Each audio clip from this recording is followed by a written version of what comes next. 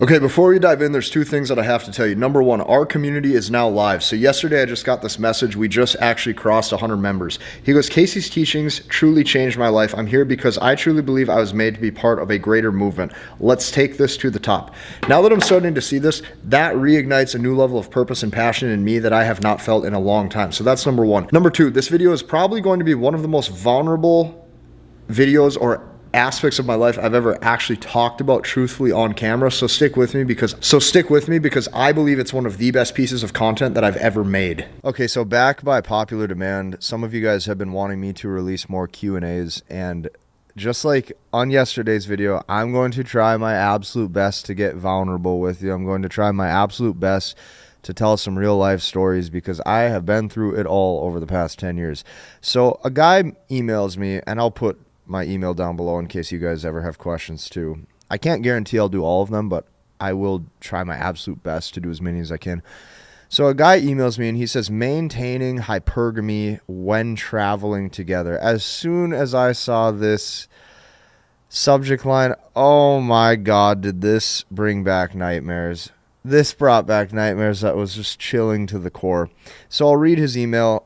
And I'm not going to dissect it line by line. I'm just going to tell you my whole experience with this because it is a nightmare. It's fucking atrocious. It sucks ass. All of this is so bad because I'll show you how this goes. He goes, hi, Casey. I'm going traveling on a one-way ticket with my long-term partner, so we'll be in each other's space a lot. I'm worried this will be challenging for maintaining hypergamy. Yeah, no shit. If you're writing this email to me, that's because you know damn well that this is terrible. He goes, I'm worried this will be challenging for maintaining hypergamy. Besides taking solo lone wolf days so we still have our own lives, do you have any other advice to keep the frame healthy? He goes, thanks, dude. Okay. One of the long-term relationships that I had that ended up to be a complete fucking disaster. Let me explain to you how this goes. In the beginning, when a woman is trying to win you over and you guys first start dating, her attraction for you is up here. And there's a few reasons for it. Hypergamy is extremely satisfied because she's sitting there going, is he going to like me? Is he going to commit to me? Are we going to build our dream life together? Does this man love me? Does this man love who I am? Are we going to travel together? Are we going to get lunch together? Is he going to meet my parents one day? Is he going to buy me a cute Louis Vuitton bag for Christmas? Does he adore me? Does he like my smile? Does he think I'm sexy? These are all the thoughts running through her head, okay? This is probably the first 1 to 6 months of a relationship if you're lucky. Now, the biggest catalyst to creating those feelings in that woman that you're dating or that you're seeing or that you're in a relationship with, the biggest catalyst for that is going to be pre-selection and you having other options. So this is how one of my relationships went. I had a ton of options.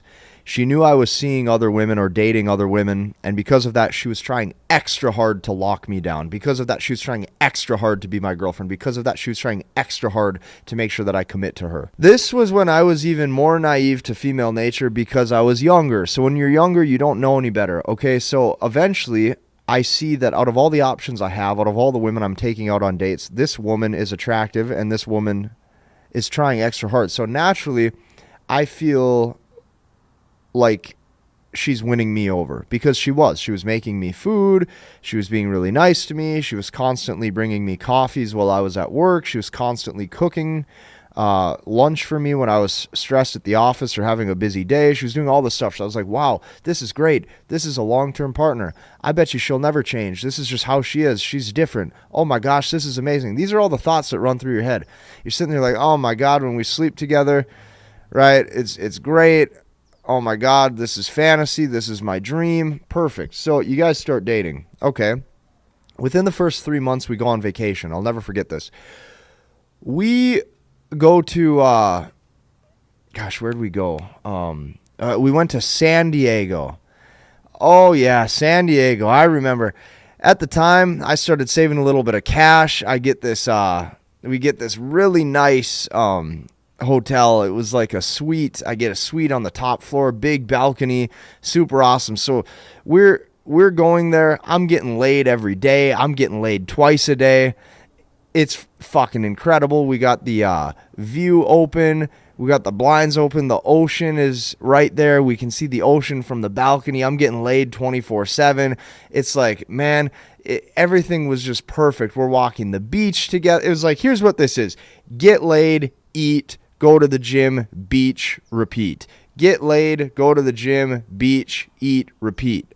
Ice cream, get laid. Glass of wine, get laid. She's doing everything. I'm doing everything. She loves it. By the end of this fucking relationship, I shit you not, I became a walking fucking wallet. Here's what happened by the end of it. Year 2 rolls around. And at the time, I was so busy invested in my purpose, or I was so busy invested in building my career, my blinders were on to some things. And obviously, if you're monogamous with a woman, she starts to hate you if you don't keep demonstrating pre-selection. I became a walking wallet. So here's what actually happened. By year 2, we go to Clearwater, Florida. I'll never forget this. It's like a 7 or 8 day vacation. And of course, I do it in typical Casey fashion. Like, here's the thing. I don't like to do anything half-ass. I never live beyond my means because I think that that's stupid and you're not saving any money. And then if you become broke, that's terrible. And that also shows low competency because you don't have your head on straight, because then you could run out of money. So I always live within my means. But when I do things, I do it big. Right? Like when I do things, when I travel, I like everything to be an experience. I like to get the nicest hotel room I can find. I like to get the nicest meals I can find. I like to get the nicest rental car I can find. I like to go to the most expensive places. I like to go to the most expensive restaurants. If I'm going to take a few days, this has to be baller. So I'm not doing this for the woman. I'm doing this because that is my lifestyle and that's how I operate. I have to do it that way to maximize my life. I've been that way my whole life. So we go, I'll never forget, 7 days, this was hell. This was absolute hell. We're in Clearwater, Florida, same thing, get this nice bedroom, get a suite. I don't think I got laid once the whole vacation. It was like pulling teeth to even initiate intimacy. She didn't want me. I became a walking wallet with meals. Her attitude was just shitty the whole time. Absolutely hated it. And you're sitting there thinking, well, what did I do wrong? What did I do wrong? Here's the thing. Monogamy over time ruins desire, especially if you're not demonstrating pre-selection and you're keeping sex appeal in other areas that lead you to be looked at as a high-value man, or that lead you to be looked at as a guy who is still desired. So it gets tough. Things start to become complacent. The novelty or the newness factor, like when the relationship is new and fresh, everything feels exciting because it's new. And the problem is the longer that she's with somebody, like you got to even think of it this way. The longer she's with a celebrity, he's no longer that celebrity. The longer she's with a famous musician or a famous actor, he's no longer that famous musician or that famous actor. The longer she's with a professional sports player, the longer he's no longer that professional sports player in her eyes, because the newness starts to wear off. So I'll never forget, the breakup was total hell. Like, it sucked. I was with that person for years. And then it was just a nightmare. So in my experience, if you're going to be traveling with a woman, okay, so here's what you have to know. I'm going to reread your email because the fact that you even asked the question shows that you understand this and you see the blind spots that most guys run into. So he goes, I'm traveling with a one-way ticket with my long-term partner, so we'll be in each other's space a lot. Okay, here's what you have to know. If you are in each other's space a lot, hypergamy will be less satisfied because she knows what you're doing, or she knows where you're at all times. If you think hunter-gatherer times from 1,000 years ago, the men had to go off. The men had to go hunt. The men had to go... They had to leave oftentimes. They had to go do things. You had to go find shelter. You had to go find food. You had to go do stuff, which means your attention wasn't always on that woman. And because your attention wasn't on that woman, it actually helped her optimize survival better because she knew that her man was out doing things. So that's number one. The fastest way to ruin desire is to sit down right next to a woman in the same room for an extended period of time and let her know exactly what you're thinking, exactly what you're doing, and exactly where you're being. That's the fastest way to do this. Okay, the fastest way to ruin desire. So I'm glad that you see the potential blind spots or the potential issues. He goes, I'm worried this will be challenging for maintaining hypergamy. It will be. Even if you take days away where you're going out and having a boys' day, or you're going out and doing things with your friends, if you know any friends there that live there. The problem is at the end of the night, you're still coming back to the same spot, and she knows where you're at and what you're doing. And she knows at the end of the day, there's going to be certainty. I've even seen some women, when they start to lose desire during travel and things like that, some of them will become spiteful. And what they'll actually do is, if you guys are traveling together, and let's say you guys were to go your separate ways, she will just go off and do something else, or she will go stay some other place, or she will go get her own hotel room just to mess with your head, just to make you think that she's out either with another guy or she found something better, or this is what will happen. You're going to notice that with female nature, the more you give, the more you invest, oftentimes, the more that they will try to punish you for that good behavior or for that amazing behavior. You know, and I even seen this growing up as a kid with my mom and dad. My mom was just in a shit mood 24/7. We would go to Vegas, or we would go to San Diego, or we would go to Arizona, or we would travel all over. We would go to these spots. We would go to these resorts. These were the nicest resorts that we could afford as a family. She would just be in a shit mood the whole time. She would just act like a complete bitch. And all four of us would be looking, all four of my siblings were looking at her going, what's wrong? Why are you so pissed off? And my dad would sit there and go, well, I don't understand why she's mad. She's mad because hypergamy is not satisfied. So she gets this fresh vacation. She gets anything she wants. She gets shopping completely paid for. She gets this paid for. She gets expensive meals, and she sits there like a royal bitch the entire day. That's what my own mom would do. Okay, so I would see this. I would see this exactly for what it is. The more you give a woman, the less she likes you. The more experiences you give a woman for free without her earning it, the less she likes you. And here's where this is hard. This is extremely hard for men who are established, and this is extremely hard for men who have financial resources, because here's why. When a woman comes into your life, there's automatic benefits. There's automatic benefits that she didn't have to earn. If a woman came into my life right now, there's automatic benefits that majority of all other guys cannot provide, and I know that. The problem is this.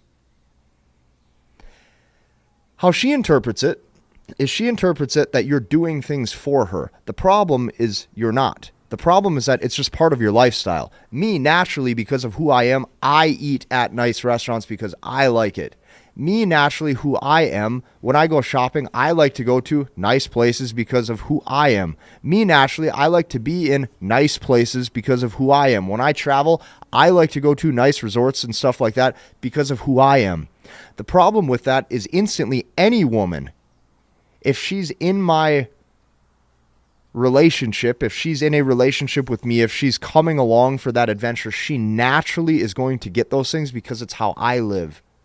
And the problem is, over time, she starts to see that this guy's doing a lot of things for me, even if you're not. So the hardest type of individual, or the man where it's the hardest for him to deal with these sorts of situations, the absolute hardest situations is for guys who are established, guys who have resources, and guys who naturally live a good life, because the frame that she enters into is she goes, wow, look at this guy doing all these things for me. Look at this guy paying for all of these dinners.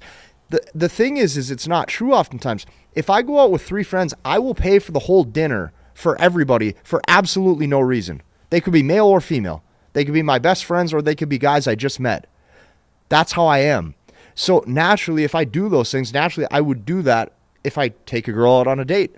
Well, the problem is she starts to see, look at what this guy's doing. I must be that hot. If I'm that hot, I bet you I can do better.